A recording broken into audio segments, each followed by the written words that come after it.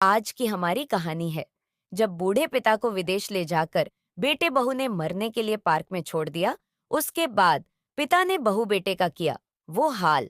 कृष्णपाल जी दुख में पत्थर बने हुए बैठे थे। घर का माहौल ऐसे शांत हो गया था जैसे अमावस की रात में खाली आसमान दोपहर में पत्नी के अंतिम संस्कार की रस्म करके वापस आए। तब से घर में गहमा गहमी मची हुई थी। शाम तक दूर के रिश्तेदार वापस चले गए। बचे हुए रिश्तेदार आगे कैसे करना है, बैठकर विचार कर रहे थे कि अचानक उनका बेटा बोल पड़ा, अब आप सब देख लो, जैसे भी करना है मेरी। कल शाम की फ्लाइट है, मुझे वापस जाना है। इससे ज्यादा छुट्टियां मुझे नहीं मिल सकती, और अब वैसे भी जो होना था वह तो हो गया। मेरे यहाँ पर बैठे रहने से माँ जिंदा तो नहीं हो जाएगी। किशनपाल जी के बड़े बेटे की इन बातों ने सबको हैरान कर दिया। किशनपाल जी के दो बेटे हैं, बड़ा बेटा सुमित और छोटा बेटा मोहित। मोहित ने तो पहले ही फोन करके आने से मना कर दिया। जबकि बड़ा बेटा सुमित आया तो उसने ऐसी बात कही थी, किशनपाल जी अंदर तक टूट चुके थे। कुछ दिनों में सब रिश्तेदार चले गए और घर पर केवल किशनपाल जी और उनका नौकर राजू ही रह गए। उदासी से घिरे किशनपाल जी आज अपनी पत्नी को याद करते हुए डायरी लिखने बैठ गए। रमा, तुम्हारे स्वर्गवासी होने के बाद मैं इतना अकेला हो चुका हूँ, यह शायद तुम नहीं समझ सकोगी। तुम क्या गई मेरी दुनिया, और इस घर की सारी चीज वीरान हो गई। कितनी तेज रफ्तार दुनिया है यह, जहाँ बेटे के पास अपने बूढ़े पिता के साथ बात करने तक का समय नहीं है। हमारे बेटे हमें छोड़कर चले गए, लेकिन उनके जाने के बाद भी हमारे मन ने अपने आप को समझ लिया। फिर भी हम एक दूसरे के साथ खुश थे, लेकिन तुम्हारे जाने के बाद अकेलापन मुझे काटने लगा है। डायरी में अपने हालात लिखते लिखते किशनपाल जी की आंखें फिर से भर आई। जीवन से थके शरीर के बूढ़े और उदास आंखों को किशनपाल जी कांपते हाथों से साफ करने लगे, और फिर अपने जीवन के पिछले सफर के बारे में सोचने लगे कि कितने खुश थे जब उनका बड़ा बेटा सुमित अमेरिका जाने के लिए हवाई जहाज में बैठा था। सुमित ने इंजीनियरिंग की थी, उन्हें अमेरिका में थोड़ी सी और पढ़ाई करनी थी, और एक दिन अमेरिका की जानी मानी कंपनी में इंजीनियरिंग का पद पाकर वह हमेशा के लिए वहां रहने लगा। 2 साल बाद सुमित जब भारत आया तो शादी करके अपनी पत्नी को भी साथ ले गया। सुमित को अमेरिका सेटल होने के साथ साथ ही उसके छोटे भाई मोहित को भी वहां जाने का शौक चढ़ा। वह भी भारतीय लड़की से शादी करके अमेरिका चला गया और वही व्यस्त हो गया। दोनों बेटे अपने गृहस्थी में रम गए। अब घर में केवल किशनपाल जी और उनकी पत्नी रमा रह गए थे। वह किसी प्रकार अपना जीवन चला रहे थे। दोनों वृद्ध दंपति अब तो यह सोचने लगे कि कहीं उन्होंने अपने बेटे को विदेश भेजकर कोई भारी भूल तो नहीं कर दी। एक दिन रमा जी रात को सोने गई और फिर कभी जाग ही नहीं सकी। सोते हुए ही दिल का दौरा पड़ा और वह सदा के लिए अपने पति को अकेला छोड़कर चल बसी। पत्नी के चले जाने के बाद अब कृष्णपाल जी बिल्कुल अकेले ही नहीं, बल्कि पूरी तरह लाचारी भी हो चुके थे। लेकिन दोनों बेटों को उनकी मां की मृत्यु की सूचना दी जा चुकी थी। लेकिन दोनों ही बेटे ने जवाब दिया, पिताजी, हमारा आना अभी संभव नहीं हो पाएगा। आप माँ का अंतिम संस्कार करवा दीजिए। बड़ा बेटा तो अपनी माँ के चौथे तक आ गया, लेकिन छोटा बेटा नहीं आ सका। अपने अकेलेपन से तंग आकर एक दिन किशनपाल जी ने अपने बड़े बेटे को भारत आने का आग्रह किया। बेटा, तुम तो जानते हो मैं कितना अकेला हो गया हूँ। तुम्हारी माँ के बिना मेरा एक एक पल बहुत मुश्किल से गुजर रहा है। यह घर तो जैसे काटने को दौड़ता है। तुम लोग वापस भारत आ जाओ। तुम्हारे इस बूढ़े बाप को अपनों के साथ की बहुत जरूरत है, सुमित ने कहा। पिताजी, अब हमारा भारत आकर रहना संभव नहीं है। इस तरह का आधुनिक रहन सहन वहां नहीं मिलेगा। किशनपाल जी भी समझ चुके थे कि उनके बेटे विदेशी रीति रिवाज के बंदी बन चुके हैं। अपने बेटे की दलीलें सुनकर किशनपाल जी ने किसी भी बेटे से दोबारा वापस आने के लिए न कोई आगाह किया, न ही कोई जीत। उन्हें अब चुप्पी साध लेना ही उचित समझा। बेटे कभी फोन करते तो हालचाल पूछने के रस्म निभाकर फोन रख देते। धीरे धीरे कभी कभार आने वाले टेलीफोन की घंटियां भी सुनाई देना बंद हो गई। जबकि किशनपाल जी भी उन्हें फोन करते तो एक ही जवाब मिलता, व्यस्त हूँ, बाद में बात करूंगा। अब कृष्णपाल जी ने हालत से समझौता करके मन मारकर जीने लगे। एक दिन जब पड़ोस में रहने वाले वर्मा जी, जो उनके बचपन के दोस्त थे, किशन पाल जी उनके पास बैठकर बातें कर रहे थे, तभी अचानक उनका छोटा बेटा मोहित बगैर अपने आने की सूचना दिए घर आ गया। बरसों बाद अपने बेटे का मुंह देखकर किशन पाल जी का सारा गुस्सा पलक झपकते ही हवा हो गया। सारे गिले शिकवे भूलकर अपने बेटे को सीने से लगा लिया। तू आ गया बेटा? किशनपाल जी भरी आंखों से अपने बेटे को सीने से लगा लिया। मोहित बोला, पिताजी, मैं आपको अपने साथ ले जाने के लिए आया हूँ। अब आप बाकी के दिन अपने बच्चों के साथ रहना। और पिताजी, आप दुकान और मकान बेच दीजिए। अब यहाँ रखा ही क्या है वर्मा जी, जो प्रॉपर्टी डीलर थे, ये सब बातें सुन रहे थे। उन्हें किशनपाल जी को सलाह दी, इतने जल्दी में दुकान और मकान बेचने से अच्छी कीमत नहीं मिल पाएगी। जब कोई खरीदार मिलेगा तो वह उन्हें सूचना कर देंगे। यह बात कृष्णपाल जी को सही लगी। वैसे भी वह अपना मकान, जहां पत्नी के सुनहरी यादें बसी थीं, उसे छोड़ने का उनका बिल्कुल भी मन नहीं था। इसलिए अपने उस मकान को अपने विश्वास पात्र नौकर राजू के हवाले छोड़कर किशनपाल जी एक दिन विदेश की उस भूमि पर सदा के लिए बसने चले गए। इसके बारे में उन्होंने अब तक किताबों में ही पढ़ा था, लेकिन जल्दी उनके सामने अपने बेटे की मीठी बातों के पीछे छिपे मंसूबा उजागर हो गए। अब कृष्णपाल जी को अमेरिका में रहते 1 साल होने को आया था, और इस 1 वर्ष में उन्होंने क्या कुछ काम नहीं किया। जिस आदमी ने कभी भारत में रहते हुए गिलास पानी खुद लेकर नहीं पिया, अब वह आदमी अपने बच्चों के आदेश पर खाना बनाने और पानी पिलाने तक को व्यवस्था अपने घर में रहते हुए उन्होंने कभी एक रुमाल तक नहीं धोया, और अमेरिका में आकर बेटे के घर में नौकरों की तरह सारे कपड़े धो रहे थे। इसके अलावा मोहित के दोनों बच्चों की देखभाल, उनका कमरा ठीक करना, उनके स्कूल बस तक छोड़ने जाना और वापस लेने जाना अब कृष्णपाल जी के लिए आम बात हो चुकी थी। लेकिन जरूरत से अधिक काम करने और बढ़ती उम्र के हिसाब से शरीर पर अधिक बाहर पड़ने लगा, और किशनपाल जी अब बीमार रहने लगे थे। जब साधारण पेन किलर और बुखार की दवा ने असर दिखाना बंद कर दिया, तो उन्हें मजबूर होकर मोहित डॉक्टर के पास लेकर गया। डॉक्टर ने कुछ दिनों अस्पताल में ही रखने की सलाह दी, लेकिन अब मोहित और उसकी पत्नी पिताजी की बीमारी पर खर्च और समय देने को तैयार नहीं थे। किशनपाल जी का कोई चिकित्सा बीमा तो था नहीं, इसलिए आर्थिक सहायता के लिए मोहित ने अमेरिका की सोशल सिक्योरिटी कार्यालय में अर्जी दायर की, तो उन्होंने भी यह कहकर मना कर दिया कि यह सुविधा केवल उन्हीं प्रवासियों को उपलब्ध है जिन्होंने सोशल सिक्योरिटी नंबर के साथ 3 वर्ष तक कार्य किया हो।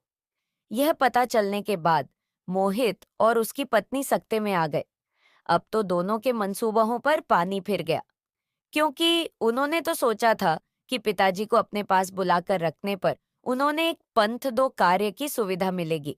एक तो उनके दोनों बच्चों को देखने के लिए नौकर का प्रबंध हो जाएगा, और दूसरा सरकार द्वारा मिलने वाले रुपए भी हमारे होंगे। अब मोहित और उसकी पत्नी स्वयं को घाटे की स्थिति में पा रहे थे। उधर किशनपाल जी की बूढ़ी और अनुभवी आंखों ने भी अपने बेटे और बहू के बदले स्वभाव को पहचान में देर न लगी। वे समझ गए कि अब उनके बेटे बहू के घर में रहना उन दोनों के लिए बोझ बन चुका है। उन्हें समझने में देर न लगी कि मोहित का अचानक से भारत लौटकर आना और उन्हें अपने साथ अमेरिका ले जाना मात्र प्रेम और अपनेपन का एक झूठा दिखावा था। यह तो सच था कि उन्हें अपने दोनों बच्चों के देखभाल के लिए किसी नौकर की जरूरत थी, और जब वह बीमार रहने लगे तो बूढ़ा लाचार बाप बेटे वह बहू के यहाँ बोझ बन गया। एक दिन उन्होंने मोहित से कहा, बेटा, मेरा यहाँ रहने से कोई मतलब तो निकलता नहीं है। बेहतर होगा कि मुझे भारत भेजने का प्रबंध कर दो। इतना सुनते ही मोहित गुस्से में आ गया और बहू का पारा 7वें आसमान पर चढ़ गया। वह चिल्लाकर बोली, क्या समझ रखा है आपने? हमें कोई कुबेर का खजाना नहीं मिल गया है, जैसे हम चाहे जितना चाहे खर्च कर ले। हवाई जहाज का टिकट भी कम से कम 2 लाख का आएगा। कहाँ से आएगा इतना पैसा? अब क्या हम खुद को ही बेच दें अपने बेटे के सामने?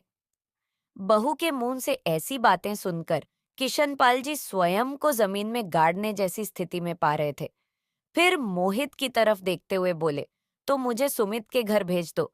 कम से कम तुम पर तो ज्यादा भार तो नहीं पड़ेगा। इस पर मोहित अपनी पत्नी से भी अधिक झुंझलता हुआ बोला, मैंने बड़े भैया को फोन किया था, लेकिन भैया भाभी दोनों में से कोई भी आपको रखने के लिए तैयार नहीं है। उनका कहना है कि मैं ही आपको लेकर आया हूँ, तो इस मुसीबत को केवल मैं ही झेलूं। मोहित के मुंह से ऐसी अनहोनी बातें सुनकर कृष्णपाल जी अपना माथा पीटने लगे। वे समझ गए थे कि किसी को उनसे कोई सरोकार नहीं। फिर उस घड़ी को कोसने लगे जब बेटे की बातों में आकर उन्होंने अपना देश छोड़ा था। लेकिन अब कर भी क्या सकते थे? अब उन्हें के पास स्वयं को पूरी तरह हालात के हवाले छोड़ना ही एकमात्र रास्ता था। लेकिन किशनपाल जी बहू की आंखों में खटकते रहते थे। आते जाते वह उन्हें तिरछी नजरों से देखती रहती। एक दिन बहू बड़े ही मान मनोहर के साथ बोली, बाबूजी, आप घर पर बैठे बैठे बोर हो गए होंगे, चलिए आज हम बाहर घूम कर आते हैं तो आपका मन भी बहल जाएगा। ऐसा कहकर वह उन्हें घुमाने के लिए पार्क में लेकर गई। बहू अचानक बोली, बाबूजी, आप यहीं रुकिए, मैं कुछ खाने के लिए लेकर आती हूँ। किशनपाल जी ने हाँ में सिर हिलाया। इतना कहकर मोहित की पत्नी पार्क से बाहर निकल गई और फिर कभी उनके पास वापस नहीं आई। बेचारे किशनपाल जी अकेले ही पार्क का एक एक कोना घूमकर थक गए और जब उनसे कुछ भी न बन पाया तो थकर कर पास में पड़ी एक बेंच पर बैठकर अपनी बहू के वापस आने का इंतजार करने लगे। बहू की राह देखते देखते भूखे प्यासे बैठे बैठे उन्हें शाम हो गई। अंग्रेजी तो उनको आती ही नहीं थी। किसी को अपना दुख बताते भी तो कैसे जेब में केवल $5 पड़े थे। सोचा कि अपने बेटे को फोन करें, लेकिन उनके पास अपने बेटे का फोन नंबर भी नहीं था। कभी भूल कर भी उन्होंने यह बात नहीं सोची थी कि यह नौबत एक दिन आएगी। बैठे बैठे जब रात हो गई, पार्क भी बंद होने का समय था। अब किशनपाल जी को भी आशंका होने लगी कि वह सहयोग से अकेले नहीं छूटे हैं, बल्कि उन्हें जानबूझकर अकेला छोड़ गया है। उनके अपने ही उनके साथ ऐसा करेंगे। यह सोचकर कृष्णपाल जी फक फक कर रो पड़े। कुछ आने जाने वाले लोगों ने उनकी हालत को देखा और समझा तो जरूर, लेकिन किसी ने भी उनकी सहायता करने की जरूरत नहीं उठाई। किशनपाल जी उठकर सड़क पर चल पड़े। चलते चलते उनके सामने एक मंदिर दिखाई दिया। अनजान देश में लोगों के बीच खुद को अकेला महसूस करते किशनपाल जी ने जैसे ही मंदिर की तरफ देखा तो उन्हें एक अपनेपन का एहसास हुआ। भगवान के सामने बैठकर खूब रोए और भगवान से पूछने लगे कि आखिर उन्होंने ऐसी कौन से कर्म किए थे जो आज उन्हें यह सब दिन देखना पड़ रहे हैं। प्रश्नवाचक दृष्टि से भगवान को देखते हुए नीढाल से वहीं पड़े रहे। जब मंदिर के कपाट बंद करने का समय आया तो पुजारी जी की नजर किशनपाल जी पर पड़ी। जो एक युवा भारतीय था, वह उनके पास बैठकर पूछने लगा, क्या हुआ अंकल जी, आप क्यों रो रहे हैं? अनजान देश में किसी के मुंह से हमदर्दी भरे शब्द सुनकर कृष्णपाल जी और भी जोर से रोने लगे। पुजारी समझ गया कि यह बुजुर्ग अपने बच्चों से दूर हो गए हैं। उसने सबसे पहले उन्हें पेट भर के लंगर खिलाया और फिर उनसे उनकी स्थिति के बारे में जानकारी हासिल करने लगा। लेकिन किशनपाल जी को तो अपने बेटे और बहू के घर का ना तो कोई पता मालूम था और न ही कोई फोन नंबर याद था।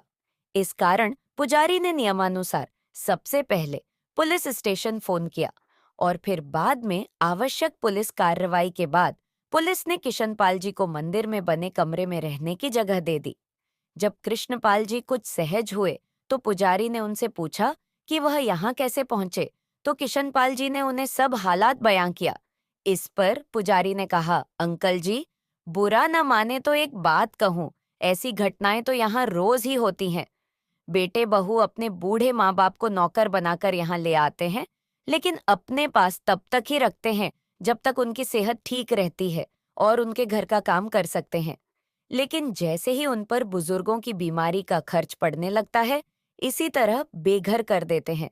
पुजारी की बात सुनकर किशनपाल जी की आंखें फटी की फटी रह गई। वे उस समय को कोसने लगे जब उन्होंने अपने बेटे के साथ विदेशी चलने की सहमति जताई थी। वह पूरी तरह से टूट चुके थे। अगले दिन पुलिस ने पार्क के सीसीटीवी कैमरे में से उसकी बहू की पहचान कर ली और उनके बेटे बहू का पता ढूंढकर निकाला। लेकिन अब किशनपाल जी ने उनके पास वापस जाने से साफ इनकार कर दिया। वह भारत वापस जाना चाहते थे, लेकिन टिकट खरीदने के लिए पैसे नहीं थे। पुजारी से मोबाइल लेकर अपने दोस्त वर्मा को फोन लगाया, लेकिन उनका फोन बंद पड़ा था। बहुत बार कोशिश करने के बावजूद भी जब वर्मा जी का फोन नहीं लगा, तो किशन पाल जी ने अपने नौकर राजू को फोन किया। राजू ने जैसे ही फोन उठाया, तो किशन पाल जी का हालचाल पूछने लगा। आप कैसे हैं बाबूजी? तबीयत तो ठीक रहती है ना आपकी? आपकी बहुत याद आती है। नौकर के मुंह से प्यार भरे शब्द सुनकर उनकी आंखें आंसुओं से सरोवर हो गई। उन्होंने अपने हाल कह सुनाया और उसे ब्रह्मा जी से मिलकर टिकट के पैसे का इंतजाम करने के लिए गुजारिश की।